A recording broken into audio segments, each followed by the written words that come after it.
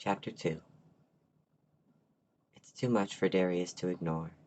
The sight of Asher brings a natural sort of panic to him, and seeing him grasp at Lafayette like that, it brings him back to that night. Darius had been living on the Isle of Ascent for a few months by then, having grown accustomed to his simple life there. One moment he'd been on Earth, working in a smithy as usual, and there had been a mild altercation that had sent him running. And the next moment he was transported to the Isle. Asher's magic didn't interest him. It had merely gotten him out of his old life, and there had been nothing for him in his old life anymore. But that's beside the point. This world, Ana, as Asher called it, had been teeming with life and opportunity. Darius watched the way that life sprang back after it was cut down, chilled, burned, whatever. Asher had helped him cut down some trees and split some logs to make his house, and upon learning that Darius had been a blacksmith, Asher eagerly set up a rudimentary smithy for him, coaxing the plants to split the ground open under his feet, tearing up some ore, and letting Darius pound out nails to his heart's content. Asher had been kind, so childlike in appearance, but with such knowledge behind his two bright eyes. He looks the same now, albeit a bit reserved. He's pretty short, not even coming up to Darius's chest, maybe about the size of a child just entering his teenage years. His skin is tanned heavily, rich and saturated in color, but his eyes are pale and bright, almost white. He wears elaborate clothes, almost toga-ish, wrapped around himself and decorated with gold-embroidered thread and shining stones, pinned in place by gleaming brooches. But he wears no shoes, and Darius has never seen him wear shoes. He claims they're uncomfortable, though Darius would argue that it's more uncomfortable to step on one of the thousands of thorned plants littered around the forest outside. But Asher can heal himself. Darius hadn't really paid attention to it until he had shot him that night. Lafayette, grinning like an idiot, squeezing Asher's lithe hands in her own worn ones, looks vastly different. That night, her already pale skin had been drained of all color, all that color spilling out as a dark pool on the wooden floor. Her hair had been wet and matted, much in the same way that Asher's is now, albeit with a much darker hue, and her eyes were lifeless. But Asher had brought her back to life after cannibalizing her. After Darius had whipped out his Colt Navy and shot him, after Asher's neck had exploded in a spray of unnatural gold, after Asher had chased Darius down, canines bared like a dog, his flesh growing both as he healed himself and as he lengthened his arms and fingers to reach for Darius, a sickening, tumorous display of flesh growing over flesh growing over flesh. He had healed Lafayette, and nothing had been the same since. The flash of a fanged grin as Darius's body crumpled in on itself, every muscle forced to flex in a way it shouldn't, crushing any hollow space within himself. The realization that the meat that Asher had provided Darius had been sliced from one of his friends, and the soul somehow kept inside to feel the pain of each severed nerve.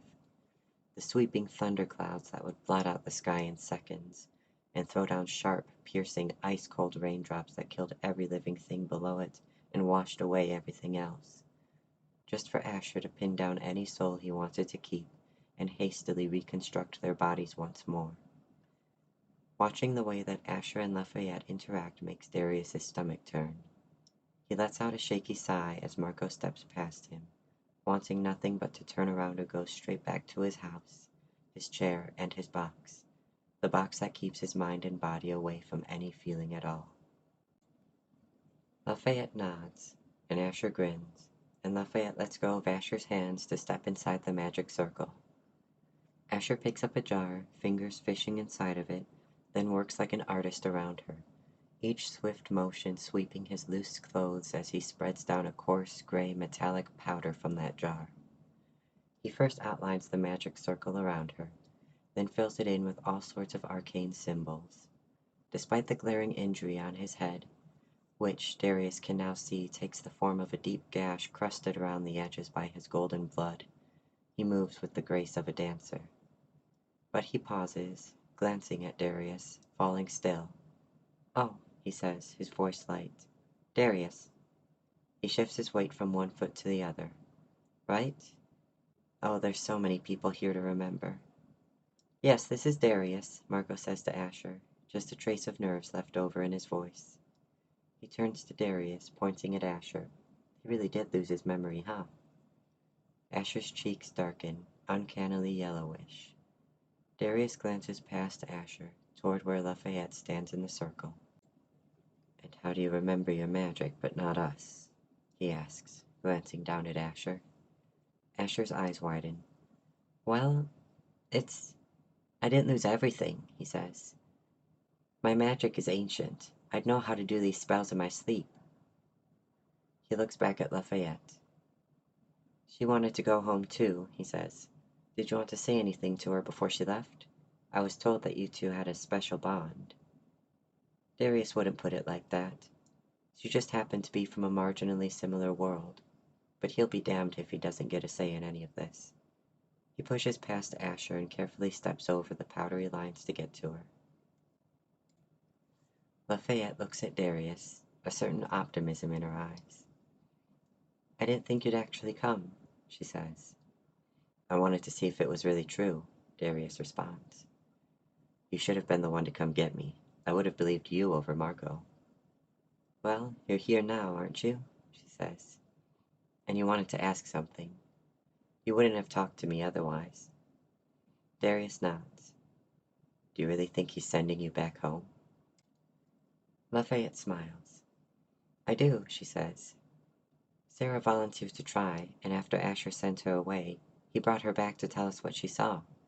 She said she'd been sent back home, to the very place and time she vanished from. She felt the air change. She saw the house she used to live in down the road. She heard people's voices. How did Asher know where to send her? Darius asks. With his memory gone to the point where he doesn't remember us. He just needs something from your own world to do the spell, Lafayette says. She gestures behind Darius, toward a section of the magic circle, where a single silver button from her shirt sits nestled in a small pile of powder. Apparently something about it is linked to the exact place and time where you left. Glad we fought so hard to keep some of our belongings, huh? Something from his own world. Darius looks down at himself. There are a few loose threads on the coat he's been wearing since he was brought here. All right, he says. You'll be safe in your own world then? Lafayette nods.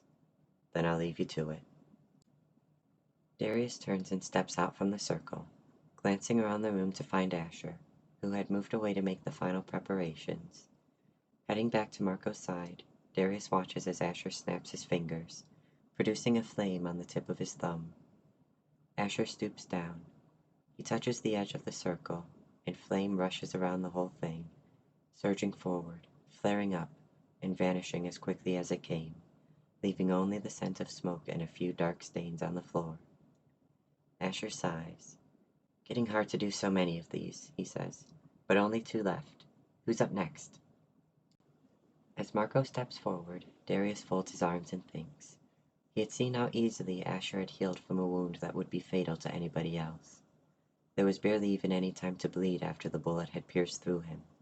Now, looking at the wound on Asher's head, Darius struggles to reconcile the 2 sights. Asher has every reason to trick everyone. He's a cruel being. He had been nice in the beginning, sure, but he had flipped to cruelty in the span of that one day. The day before Asher had eaten Lafayette, Darius had heard that he had been helping Afor with making repairs to his house.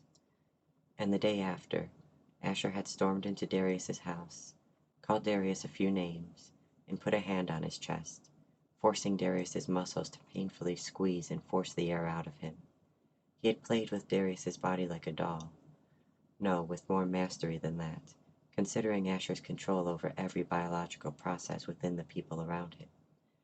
With a twist of his hands, Asher could mangle organs with absolutely no outside indication.